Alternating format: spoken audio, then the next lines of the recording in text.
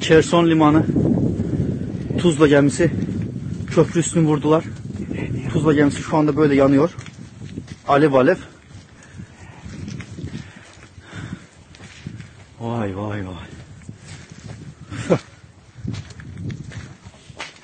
Baca falan hepsi gitmiş ya. Köprü üstü yok gibi.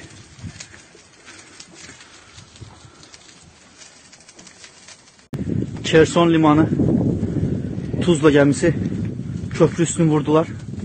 Tuzla gemisi şu anda böyle yanıyor. Alev alev. Vay vay vay.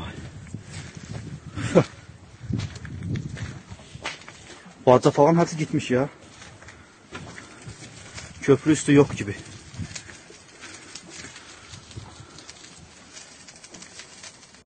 Cherson Limanı, Tuzla gemisi köprü üstünü vurdular. Tuzla gemisi şu anda böyle yanıyor. Alev alev.